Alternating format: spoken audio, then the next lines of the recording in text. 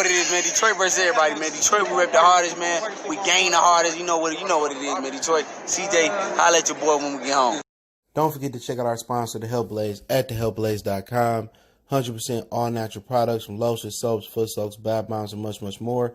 Use the promo code Goodfella1Boxing. Tell them your boy CJ Goodfella sent you. Get 18% off. We out. All right, we back. I'm going to top off tonight with a lengthy boxing video.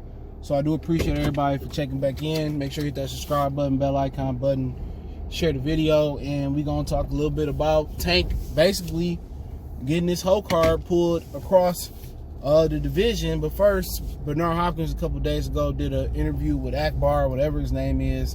Their name is from the DAZN, and they talked about a few things that interested me. Bernard Hopkins is saying that Charlo, Canelo need to fight Charlo, but you need to tune up first. Bernard Hopkins lost all his integrity when he started running with Oscar.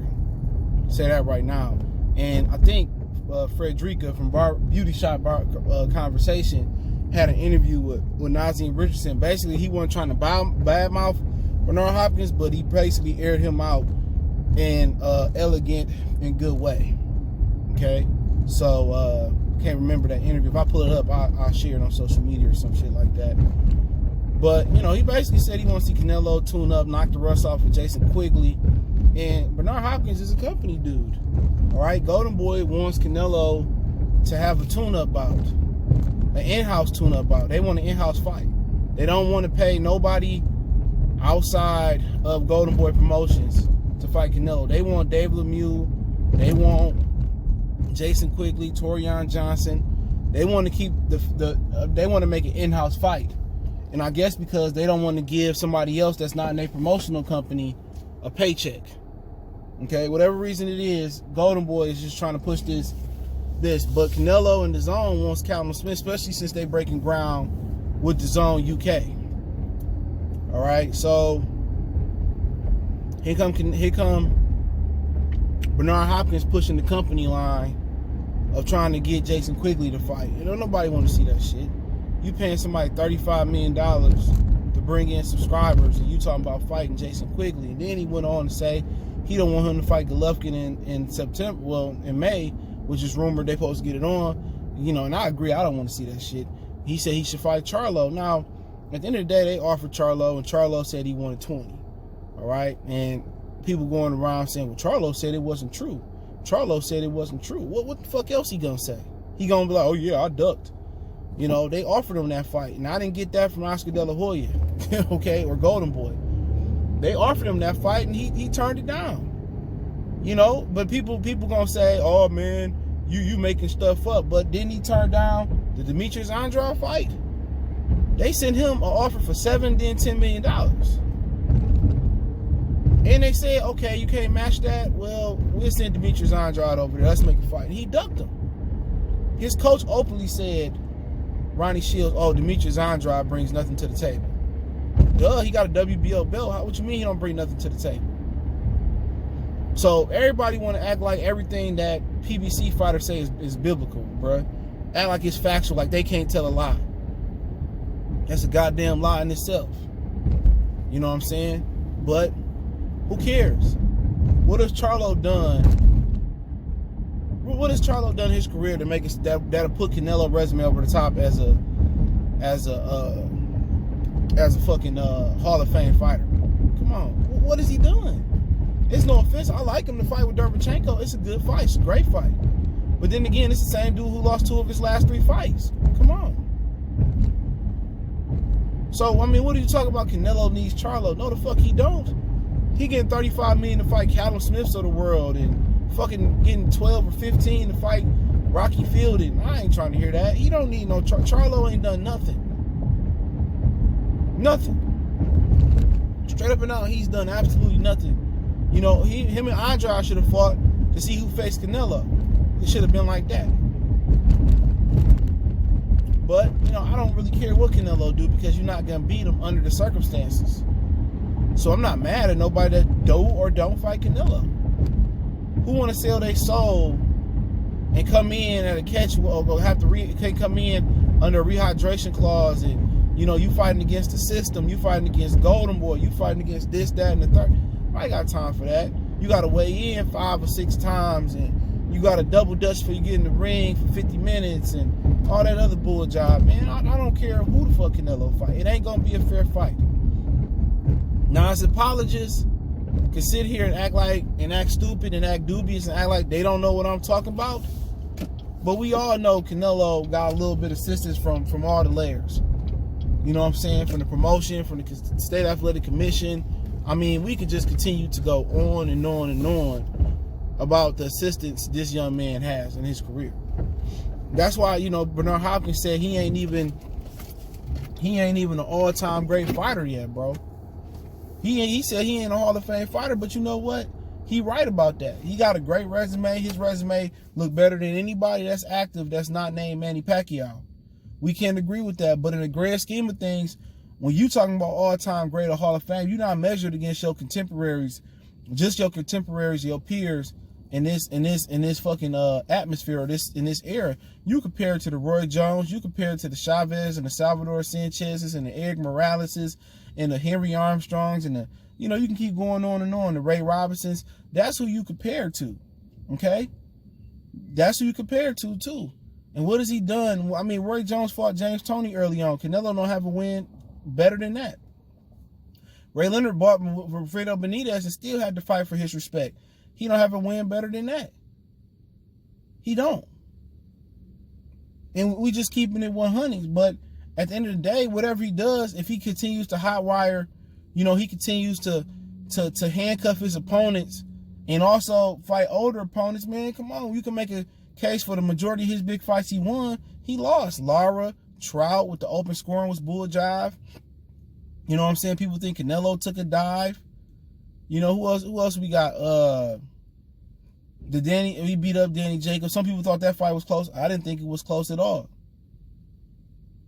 You know, but you can continue to go on and on and on and on and on and on about Canelo, but his apologists gonna act like they don't see it. You know, talking about the performance enhancing drug test, 2 of them that he popped. I mean, I can care less what he does in the sport. You know, he got good skills, but then again, he ain't never earned his spot. Mayweather, Marquez, Pacquiao, they got their hands dirty. They paid their dues to be able to pick and choose their fight. You let me know the fight where Canelo paid his dues. He inherited a fan base because of he's Mexican and he look a little bit different with the orange hair and freckles. That's it. He's a promoter's best friend. He's a promoter's dream. He didn't earn his spot to pick and choose his fights. Where? He lost every round versus Mayweather. Had another black fighter lost to Mayweather like that, they'd be saying he finished, he done. It's over with. It's over now. Move over. It's my turn now. They would have wrote them off. When black fighters get a loss, it's, even with black fans, is embedded in them. Oh, it's over. They can't come back from this, that, and the third. You know, that is what it is.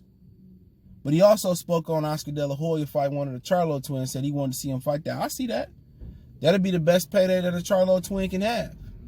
Straight up and down. That'll be easily the best payday he can have. Real talk. Charlo make more money fighting any fight.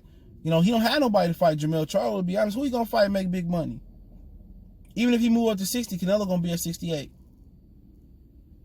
Who he gonna move up and fight and make that type of money? I don't know who. So, you know, if De La Hoya want that smoke, the WBC, all of them will rank De La Hoya to fight Charlo. He go in there and Charlo don't knock him out, or he get embarrassed, or he looks stupid or something like that, it's gonna look bad, bro. It's a low risk. It's a high risk, high reward fight for Charlo. But I would love to pay to see, and I don't even like Jermell Charlo like that because he be acting like he just ain't somebody I'll kick it with, bro. I just can't root for a dude like that.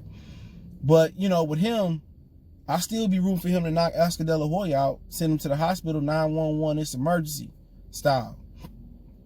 I still be going for him to put him in the hospital, bar none. You know, but you know Bernard, he's a figurehead, man. And this is somebody that a lot of people looked up to in boxing to be, you know, the boxing hero. And he done turned out to be a straight raccoon, bro. All the racist stuff going on, Golden Boy, he supposed to kind of help promote and market these black fighters. He ain't doing shit. If anything, he helping the oppression of black fighters over there at Golden Boy. You know, I could just never see myself, you know, now there's no black man being no raccoon or you know, sitting behind Oscar, a known racist, and trying to act like everything all good. Shane Mosley, a funny looking nigga over there too. Shane Mosley look hella funny over there, bro. Can't nobody respect. I can't respect no man. Like, I can't sit there and respect them as no black man. I respect them as fighters. I respect them as accomplished fighters. I respect everything that they done in this sport. But business wise or personality or integrity wise, I don't respect them, bro. I just can't respect them for sitting there rolling. I don't care how good of a friend Oscar is.